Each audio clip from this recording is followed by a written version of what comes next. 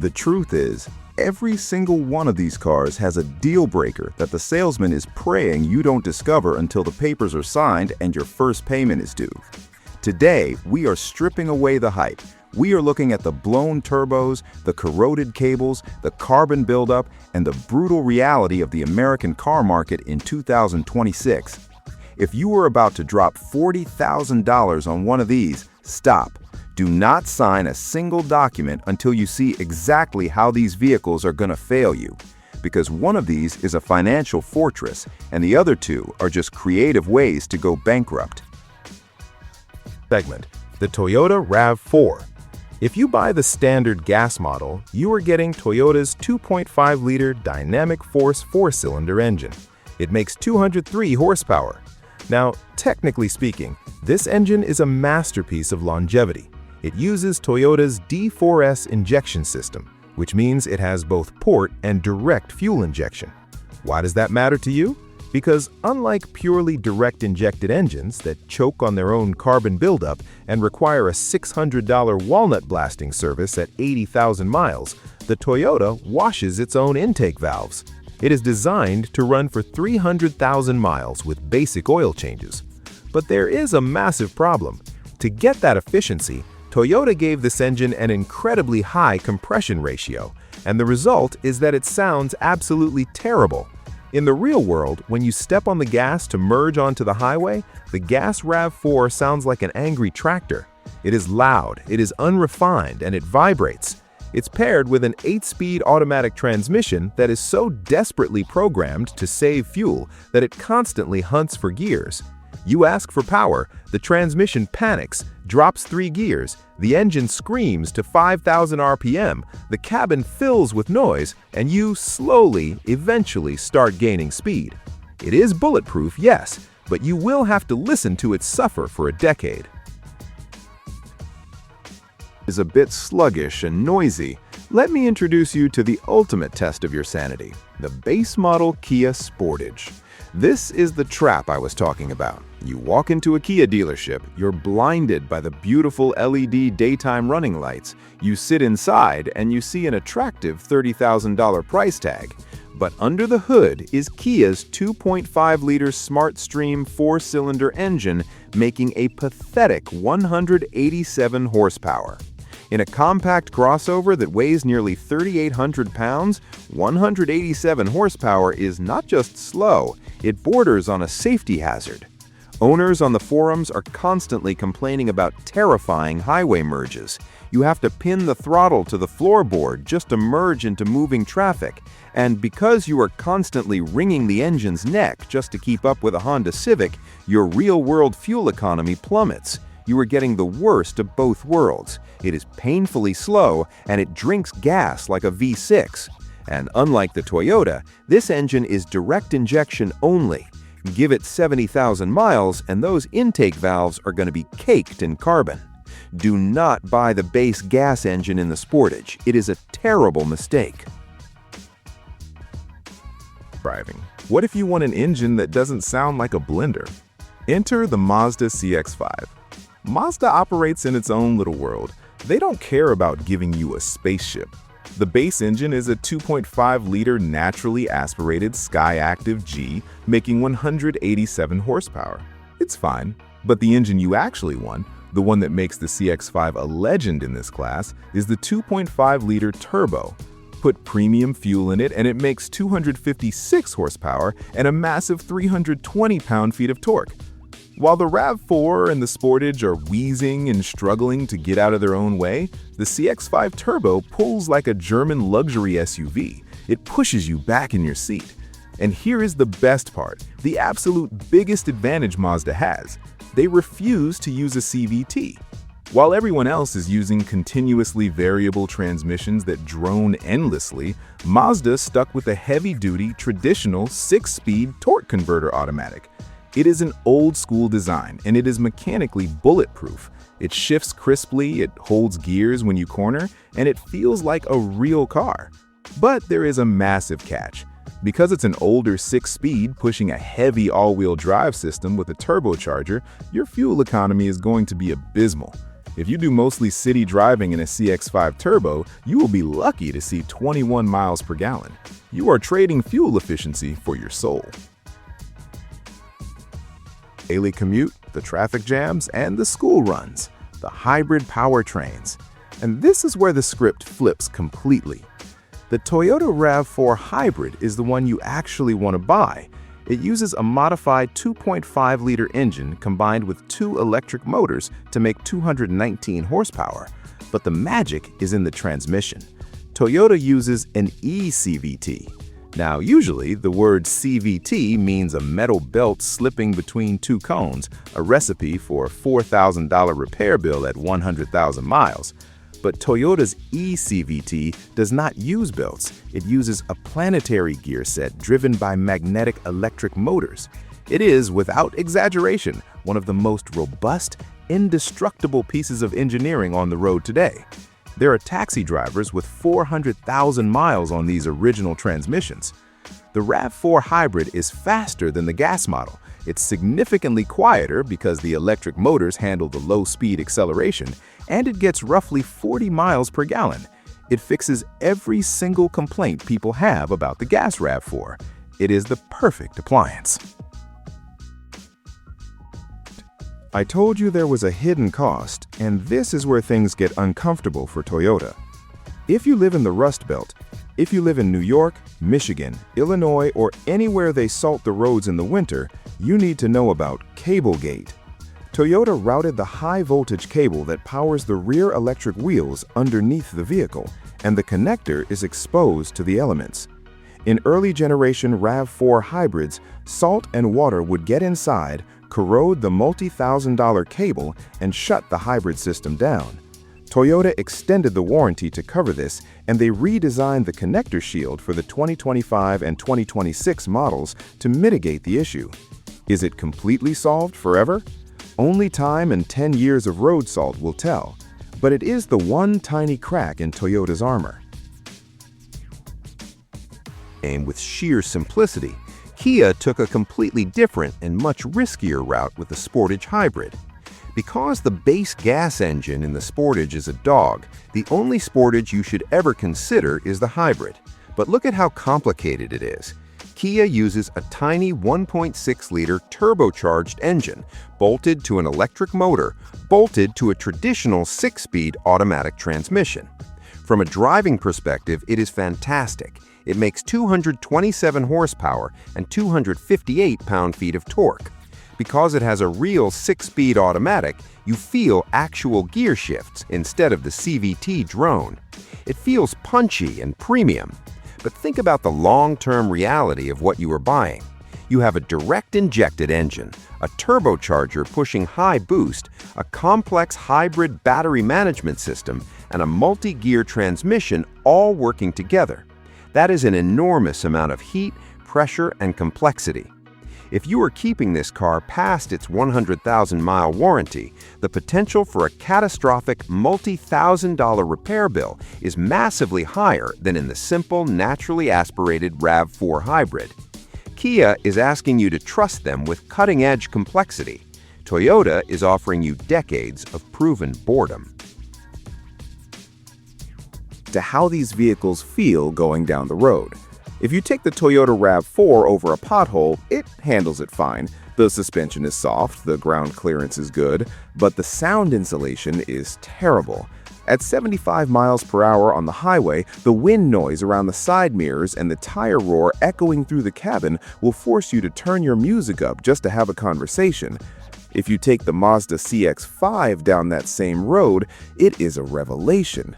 Mazda uses acoustic glass in the front windows. The suspension is tuned to be slightly stiffer, but the damping is incredibly expensive feeling. It doesn't float, it absorbs. You can take a highway off-ramp at 15 miles per hour faster in the Mazda than you can in the Toyota, and the steering actually gives you feedback. And the Kia Sportage, it sits right in the middle. It's softer than the Mazda, quieter than the Toyota, and perfectly isolated. It feels like a miniature luxury cruiser. Until you have to interact with the interior. A masterclass in visual deception. You sit down and you are greeted by this sweeping, curved dual-screen display. The technology is dazzling. It has blind spot cameras that pop up in the digital gauge cluster when you use your turn signal. The synthetic leather feels great, and the rear legroom is cavernous. You can easily fit a rear-facing child seat back there without crushing the front passenger's knees. But then, you try to turn up the radio. Kia, in their infinite wisdom to save dashboard space, installed a single capacitive touch panel under the screen. It controls both the climate control and the media volume, but they share the same physical knobs.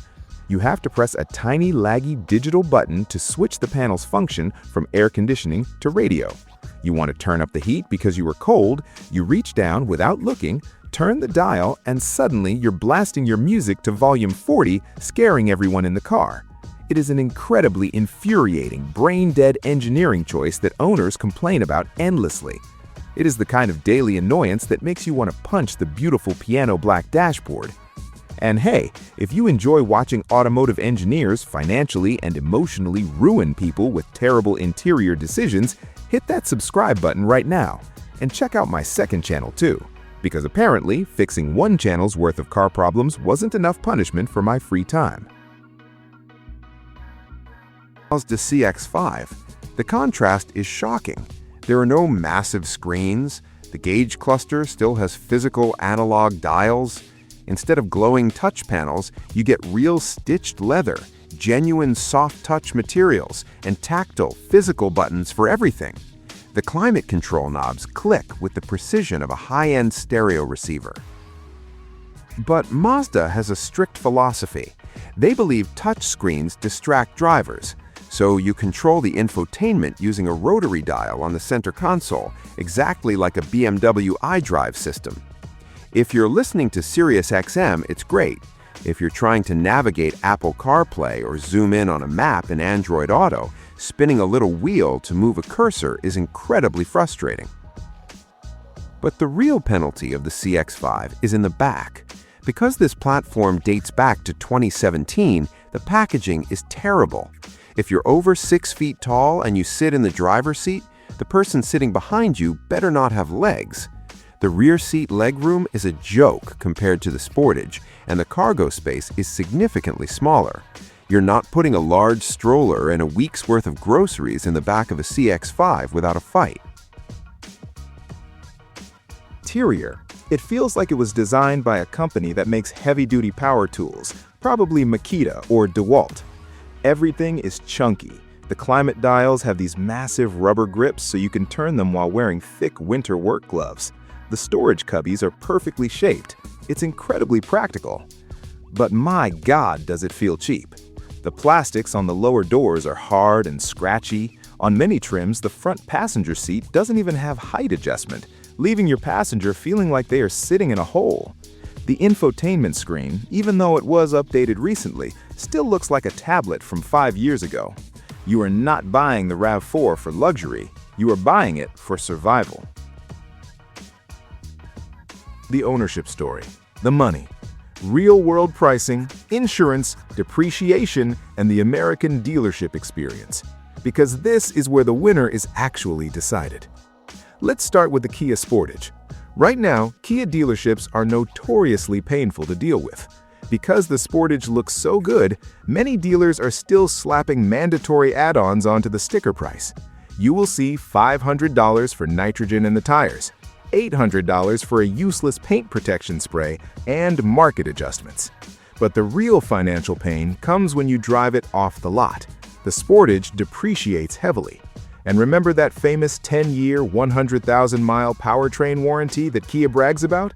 It only applies to the first owner.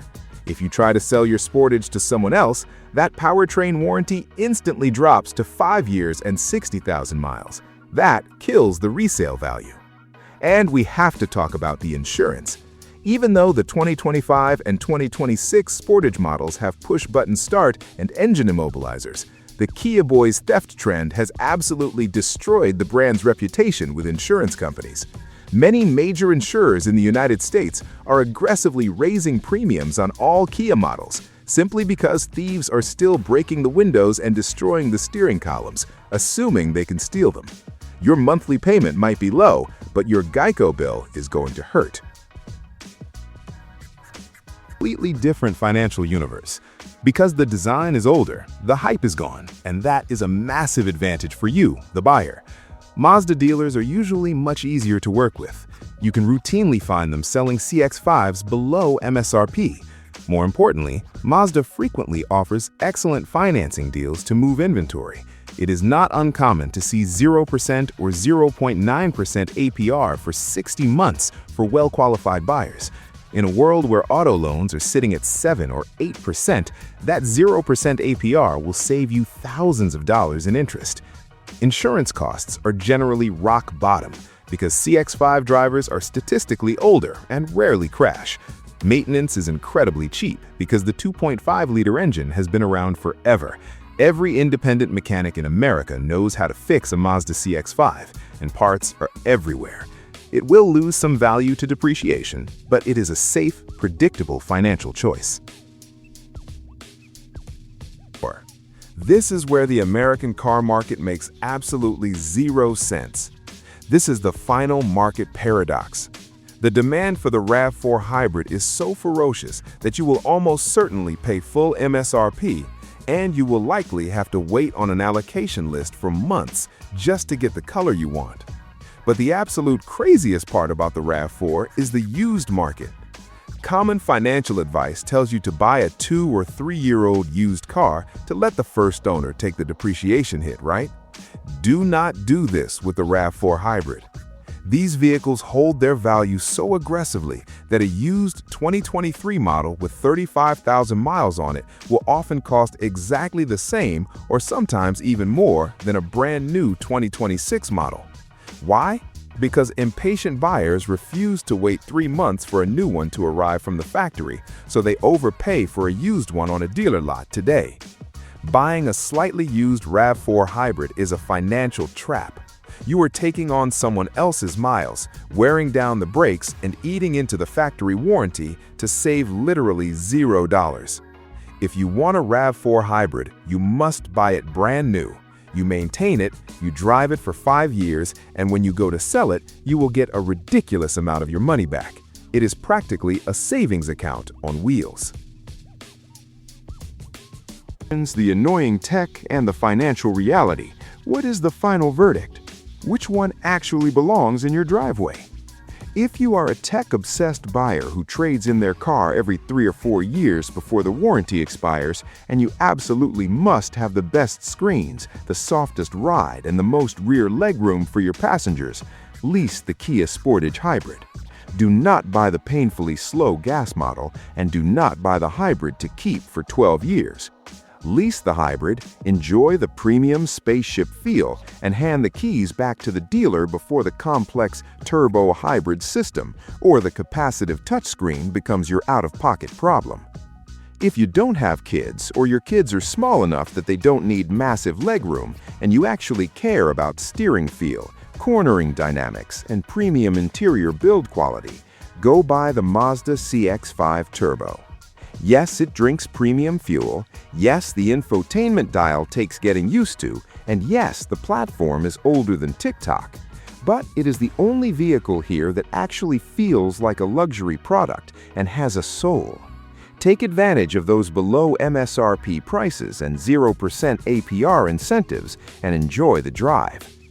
But if you are a pragmatist, if you view a vehicle purely as a financial tool to move your family safely from point A to point B through snow, rain, and traffic without ever leaving you stranded on the side of the highway, the Toyota RAV4 Hybrid is the only logical choice. You will tolerate the noisy cabin, you will accept the cheap plastic doors, you will live with the outdated screen. Because 5 years from now, when the Kia owner is fighting an insurance claim and the Mazda owner is paying for premium gas, you will smile every single time you check your vehicle's resale value. Now I want to hear from you. In today's insane market with high interest rates and expensive repairs, would you rather risk the long-term reliability of the Kia just to get all that modern tech? Or would you accept the noisy, cheap interior of the Toyota RAV4 just to protect your wallet? And for the driving purists, is the Mazda CX-5 still worth it, or is it just too small for a modern family? Let me know down in the comments.